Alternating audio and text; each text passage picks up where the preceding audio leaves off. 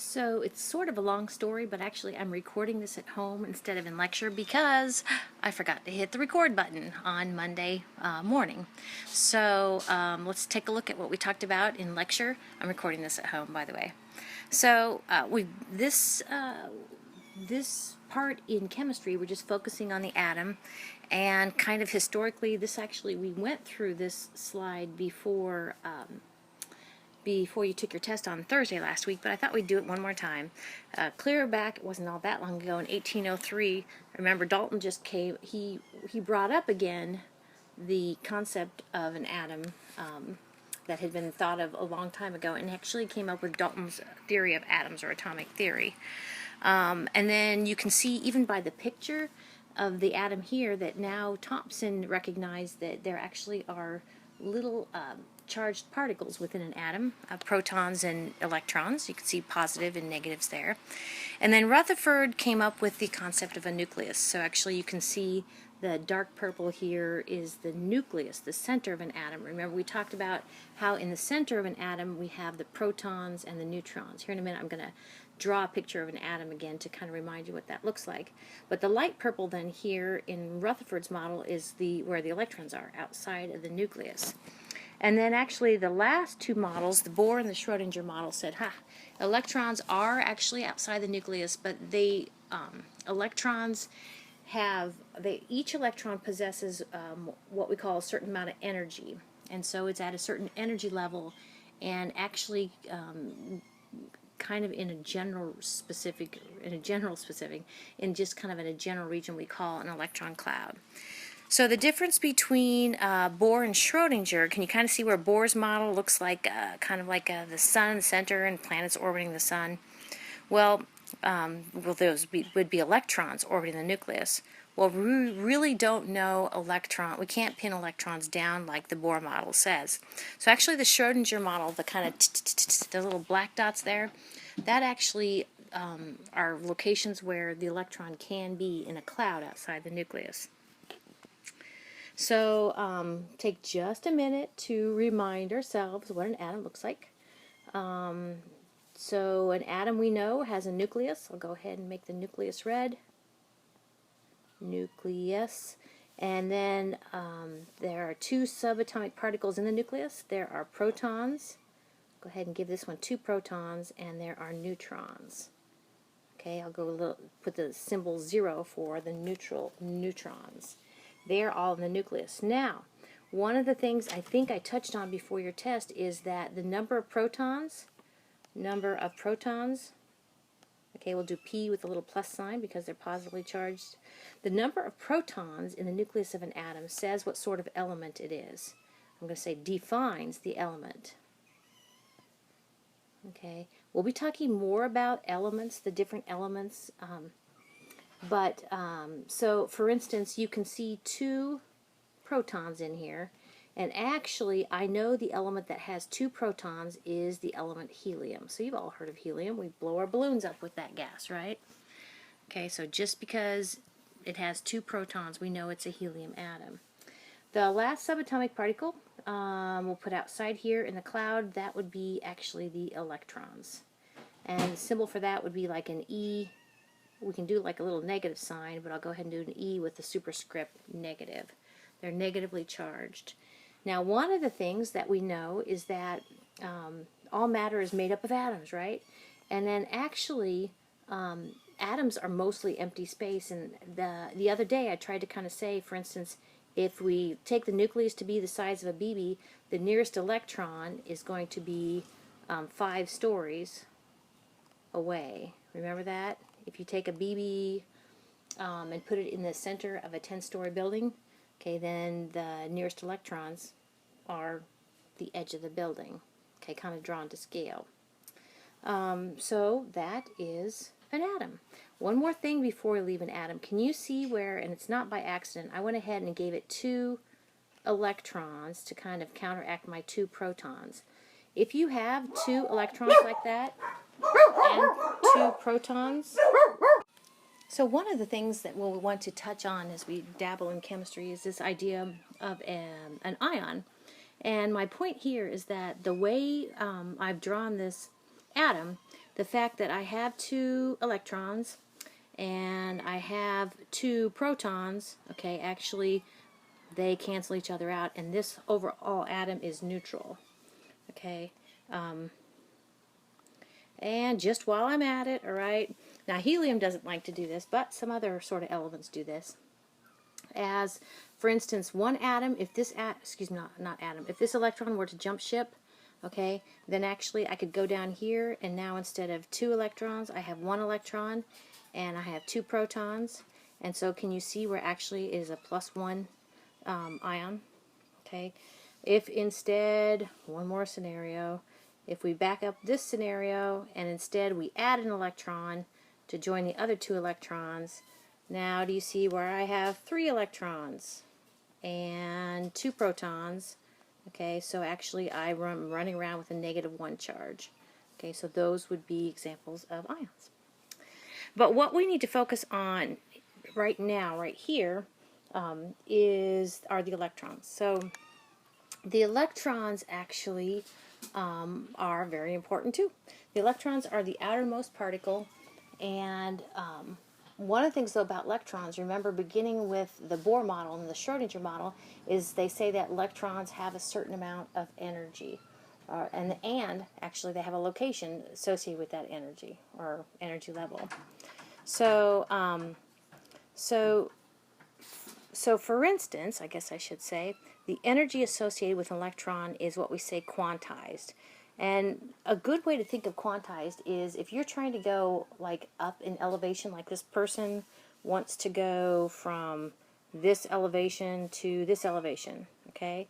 They want to do that. And if this person takes stairs, her height is quantized. She can be at any one of these elevations, okay, but she can't be hovering, okay, between the elevations. It's definitely got discrete elevations she can be at. The opposite of that being quantized would be this situation where she can actually still again go from, you know, this elevation to this elevation, but she can be anywhere. This is more like what we call a continuum, anywhere there, okay? But energy levels are like that for electrons. Okay. So here is a look at kind of typically how we show possible energy levels of an electron sometimes. So I know it's hard to see, but here in the middle, this actually is a little plus. We can think of that as protons in a positively charged nucleus. Then actually you can see these little rings here. Each one of these rings is a different energy level. Okay, let's see. Oops, starting with, I missed one. Starting with that blue one. Okay, actually the energy level, in this case n is equal to 1, that is closest to that's closest into the nucleus, actually that is the lowest energy level. Okay, that is actually what we call the ground state. As if electrons are hugging as far in energy, as low in energy level as possible, we say those electrons are in their ground state. Now, one of the things, and I don't know how much we'll get into it this semester, but these energy levels only have a certain capacity for electrons. So it's possible that the lowest energy level is full, and then actually electrons have to go to the next energy level. But just for here, I kind of want you to get a sense for these different energy levels. We have n is equal to 1, n is equal to 2, n is equal to 3, and n is equal to 4. Okay? So let's talk about how electrons can transition. We have 2 possibilities.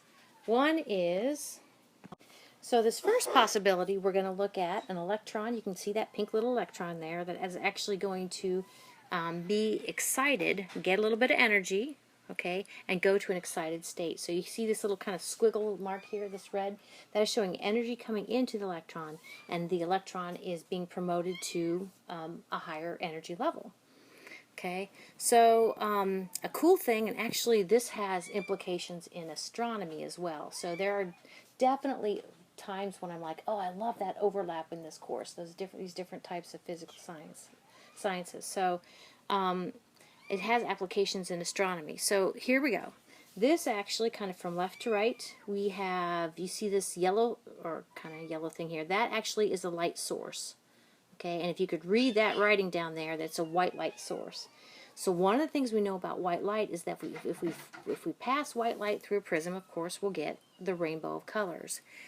But now this experiment is a little bit different. If it's coming. Okay, this experiment is a little bit different. What it does is it puts a material here. In this case, this is gaseous hydrogen. I'll put H for the symbol for hydrogen. I'll put the letter G for its gaseous hydrogen. So actually we have gaseous hydrogen interacting with that light that's coming in. Now, the electrons, the hydrogen electrons are going to do this. Actually, the hydrogen electrons are going to take a certain amount of energy. So here we go. Instead of seeing a full spectrum, actually we see a rainbow with bites taken out of it. Hopefully you can see those dark lines. Here's a better picture of it. Okay. So those dark lines right there, I don't know if it kind of, to me it reminds me of DNA kind of. You see those characteristic, in this case, set of 4 dark lines. Okay, we call this a dark line spectrum. Dark line spectrum. Okay, or spectra. Sometimes we call this an absorption line spectrum or spectra. Okay, and you see the dark lines, and the other thing, the thing about absorption is actually energy is being absorbed to create those dark lines, just characteristic of hydrogen. So like DNA, if a chemist or if a physical scientist were looking at these dark lines, they would say, ah, I know that's hydrogen. Isn't that cool? Okay, so actually I'm going to show you some spectral data from stars here in a minute, and those we can understand what elements are in their gaseous state around the star by looking for spectral lines. Okay, so that was when an electron becomes excited. Well, what if an electron was already excited, okay, like you see here, and the electron falls back down into its ground state? Well, in that case, instead of absorbing light, actually it emits light. So I don't know if you can see, I like what your author's done here. Can you see this little squiggle mark right here? Actually, that is energy escaping. So what that creates is not dark lines, but bright line spectra. So here's the experiment to kind of show you what that would look like. Okay, so in this case, actually our source is the gas itself. So here we have looks kind of like a similar thing that happens in our regular light bulbs, but what we have here is hydrogen gas. See, this is hydrogen gas, and we have it being actually excited by electricity. It creates that excited state, and as the electrons fall from their excited state down to their ground state, they emit energy. Okay, now if you were to take the light coming from that hydrogen light bulb, basically, to run it through a prism, you're going to see it break out into these colors. These colors right here. Okay, so actually those discrete and not so surprising, we see actually the same 4 spectral lines we saw up here, down here. But now they are emission lines, so we call this an emission line spectra. Emission line spectra. Okay, sometimes called a bright line spectra. You can kind of see where both of those come from. Okay, so I just think that is so cool. Again, it's where the lines are. What? Oh, that's one thing I didn't mention. Remember in the chapter on physics we just finished up, we talked about wavelengths. Wavelengths. Okay, and we said that actually colors of the visible light go red, orange, yellow, green, blue, indigo, and violet. Okay, so actually these right here, the 400, 450, 500, those are wavelengths in nanometers. Okay, so I just think that is so cool. So I mentioned that astronomy actually can use this phenomenon where electrons are transitioning. So here we go. These are actually dark line or absorption line spectra. And you can see these, well, I'll just tell you, these actually all come from different stars. So let me kind of show you, when we get to our unit on astronomy, we're going to talk about an important way to classify stars. And actually that's by what we call their spectral type. I'll write the word type here, and let me point out the letter O, B, A, F. These are all spectral types, okay, of stars. Notice that we have dark lines here. These lines are showing helium, carbon, helium, iron, calcium. Okay, 4 elements here shown, oxygen. Okay, so but these are all different types of stars. Now, the important thing or unimportant thing for the chapter on astronomy is, can you see over here as the temperatures, surface temperatures of the stars. Surface temperatures. Okay, and we talked about different types of temperature scales. This actually is the Kelvin temperature scale. So the hottest star actually has a surface temperature of about 30,000 Kelvin. Now, the surface of stars are much cooler than the cores of the stars. The centers of the stars need to be very hot and very dense for fusion to be going on in the core of the stars. But anyway, the way these are listed, the O, B, A, F, G, K, M stars are listed, are from hottest to coolest stars. Is that not cool or what? Okay, so just some examples here. Actually, when we enjoy fireworks, the 4th of July or otherwise, what they do is they take metals, and they actually, I don't know exactly how they do it, but they take the powdered metal and project it into where they want it to glow, and then actually they excite the electrons, probably by heat. And when the electrons fall back down, they give us that characteristic color. Isn't that cool? Okay, another example of electrons emitting light as they fall from an excited state to a ground state are the northern lights. Okay.